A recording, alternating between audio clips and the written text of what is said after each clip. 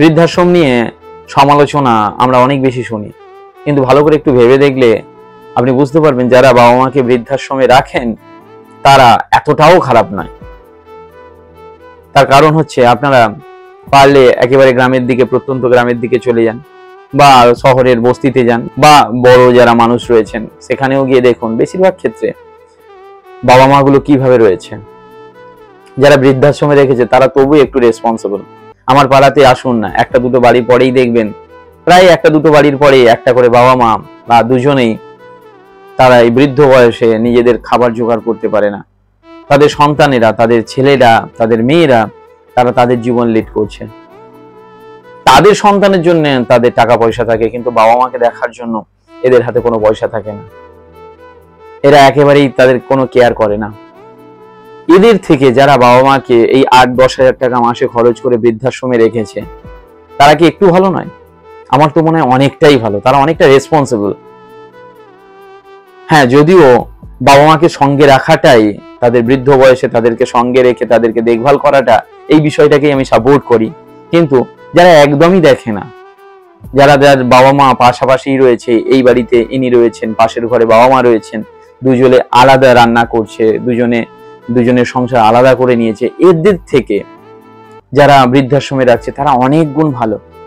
তারা তবু খোঁজ নেয়, দেখতে আসে, তাদের মাসের পর মাস তাদের খরচ দিচ্ছেন। হয়তোবা তাদের কোনো প্রবলেম রয়েছে একসাথে থাকার। আমি এটাকে সাপোর্ট করছি না, আমার ভিডিও দেখে মনে করবেন না আমি সবাইকে বলছি আপনাদের বাবা মাকে বৃদ্ধাশ্রমে রাখুন। কিন্তু দুর্ভাগ্যবশত আমরা ছেলে মেয়েদেরকে সেইভাবে শিক্ষিত করতেই পারি না। বাবা মা সন্তানকে জন্ম দিলেই বাবা মা ভগবান হয়ে যান না। আসল কথা কোথাও না কোথাও এই বাবা মা গুলোই তাদের এই পরিণতির জন্য দায়ী। আমার কথাগুলোকে খারাপ ভাবে নেবেন না। ছোটবেলা থেকে যেভাবে শিক্ষিত করছেন বা যেভাবে আমরা আমাদের সন্তানদেরকে শিক্ষিত করছি, তারা কোনোদিন বোঝেই না যে একান্নবর্তী পরিবার কি হয়। ছোটবেলা থেকেই তারা দেখে আসছে বাবা মা তার সংসারকে আলাদা করে নিয়েছে, তার ঠাকুমা ঠাকুরদার সঙ্গে এই বাবা মায়ের কোনো রিলেশন নেই। কিংবা আরেকটু যদি ডিপে ভাবেন, সন্তানকে ছোটবেলা থেকেই চাকরি পাওয়ার শিক্ষায় শিক্ষিত করছে, কোনো আধ্যাত্মিক চেতনা নেই, কোনো আধ্যাত্মিকতার তাদের মধ্যে শিক্ষা নেই, ইমোশনাল অ্যাটাচমেন্টও তাদের মধ্যে অনেক কম। সম্পর্ক কিভাবে গড়তে হয়, আপনার ছেলেটি স্কুলে প্রতিদিন ভালো লেখাপড়ার জন্য হাততালি দিচ্ছেন, তাকে পিঠ চাপড়াচ্ছেন, যদি সেই সন্তানটাকে একবার জিজ্ঞেস করেন যে আজকের কোন ভালো কাজ করেছিস যার জন্য তোকে শিক্ষক বা আমরা প্রাউড ফিল করতে পারি, কাউকে আজকে হেল্প করেছিস, বা কোনো আধ্যাত্মিকতার দিক থেকে বা ধর্মের দিক থেকে, যদিও আজকের দিনে ধর্ম মানা ব্যক্তিরা ব্যাকডেটেড বলে মানা হয়, কোনো আধ্যাত্মিকতার শিক্ষা কি আজকে সারাদিনে তাকে একটাও দিয়েছেন? ন্যায় নীতি শিক্ষা দেওয়া হয়েছে? আসল কথা আমাদের শিক্ষাটা হয়ে যাচ্ছে একেবারেই শুধু চাকরি পাওয়ার জন্য, অর্থ উপার্জন করবার জন্য, কিংবা নিজে ভালো থাকার জন্য এই শিক্ষা, যার জন্য তারা যখন বড় হচ্ছে তাদের সেই ইমোশনাল অ্যাটাচমেন্টটাই তৈরি হয় না। সম্পর্কের কি মূল্য রয়েছে, কি ন্যায় নীতি রয়েছে, কি মনুষ্যত্ব রয়েছে, কি বিবেক রয়েছে, সেগুলো একেবারেই সেকেন্ডারি। এইসবের কোনো মূল্য নেই। তারা এইভাবেই ট্রেন্ড হচ্ছে। বাবা মা যদি নিজেরা ভগবান হতে চান, নিজেরা দেবতা হতে চান, তাহলে সন্তানকে দেবতা বানাতে হবে। হ্যাঁ, আমরা সবাই বাবা মা হয়েছি, ভালো করে ভেবে দেখলে বাবা মা হওয়াটা কোনো বড় ফ্যাক্টর নয়। আমরা বিয়ে করি কিসের জন্য?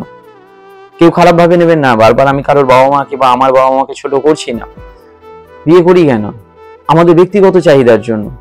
সন্তান জন্ম দেওয়াটাও একটা হচ্ছে সমাজ যাতে খারাপ না বলে সেই জন্য সন্তান জন্ম দিয়েছি, আর একটা হচ্ছে ভবিষ্যতে সেই সন্তান আমাদেরকে দেখাশোনা করবে। সন্তান জন্ম না দিলে তাহলে আপনাকে কেউ বলতে পারে আপনার মধ্যে সন্তান জন্ম দেওয়ার ক্ষমতা নেই, আপনি নপুংসক, কিংবা মহিলাটাকে বন্ধা বলতে পারে, সেই জন্য সন্তান জন্ম দিচ্ছেন। আর একটা কি কারণ, যে আপনার পরবর্তী জীবনে কেউ আপনার ভবিষ্যৎটাকে দেখবে, সেই জন্য জন্ম দিচ্ছেন। সন্তানকে মানুষ করবার জন্য, বড় করবার জন্য কেউ জন্ম দেয় না। এবার এর ভিতরে পুরোটাই স্বার্থ আছে। বড় করতে চাই বা সন্তান বড় হলে আমার সুনাম হবে, এগুলো স্বার্থ, বা আমার বেটারমেন্ট হবে, এগুলো স্বার্থ। সেই জন্য সন্তান জন্ম দেওয়াটাই মানুষের অনেক বড় কর্ম, এমন কিছু ব্যাপার না। সন্তানটাকে সঠিকভাবে মানুষ করে তাকে যদি দেবতা করা যায়, তার মনুষ্যত্ব যদি জাগানো যায়, তার মধ্যে যদি বিবেকের জন্ম হয়, সে যদি হেল্পফুল হয়, সে যদি সমাজের কিছু করে, এই কথাগুলো হয়তো যত আপনারা আমার মুখ থেকে শুনছেন আমার কি কোয়ালিটি রয়েছে, আমার কি যোগ্যতা রয়েছে, আমি এগুলো বলার অধিকার রাখি কিনা, এগুলো হয়তো ভাবছেন। আমার অধিকার হয়তো নেই, আর আমি অনেক বড় বড় কথা বলে ফেলছি, তার জন্য সবার কাছে ক্ষমা চাইছি। কিন্তু এগুলো সত্য যে বাবা মা তার সন্তানকে সঠিক আধ্যাত্মিকতা, সঠিক ন্যায় নীতির শিক্ষা দিতে পারেনি। শুধু চাকরি পাওয়ানোর জন্য, বড় মানুষ করবার জন্য তাকে শিক্ষা দিয়েছে।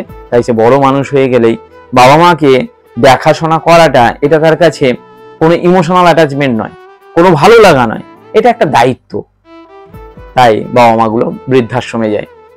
আর যারা এইটুকুও শিক্ষা দিতে পারে না, ছেলেদেরকে ঠিক করে মানুষ করতে পারে না, সে নিজে কি খাবে তার জন্য তাকে স্ট্রাগল করতে হয়, এবার তো সে স্বার্থপর হবেই। কারণ সে তো মানুষ হয়নি, তার না পড়াশোনার শিক্ষা রয়েছে, চাকরি পাওয়ার শিক্ষা রয়েছে, না আধ্যাত্মিক শিক্ষা রয়েছে। একেবারে গ্রাউন্ড লেভেলের মানুষদের কথা বলছে, তাদের আধ্যাত্মিকতার শিক্ষা নেই, ন্যায় নীতির শিক্ষা নেই, মনুষ্যত্বের শিক্ষা নেই, বিবেকের শিক্ষা নেই, আর চাকরি পাওয়ারও শিক্ষা নেই।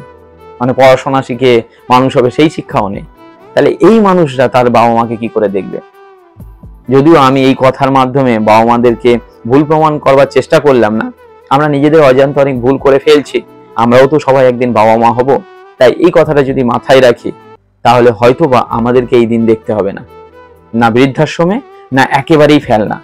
ছেলের মেয়ের সঙ্গে সবাই যদি একসাথে থাকি, তাহলে সেই স্বপ্ন দেখে সেই ভারতবর্ষ গড়বার জন্য আমাদের একটা করে পদক্ষেপ এগিয়ে চলুক। তো আশা করি আপনারা আমার কথা বুঝতে পেরেছেন। যদি ভিডিওটি সঠিক মনে হয়, তাহলে আমার জন্য কিচ্ছু করতে হবে না, এই ভিডিওটিকে আপনার লাইফে কাজে লাগান। ধন্যবাদ।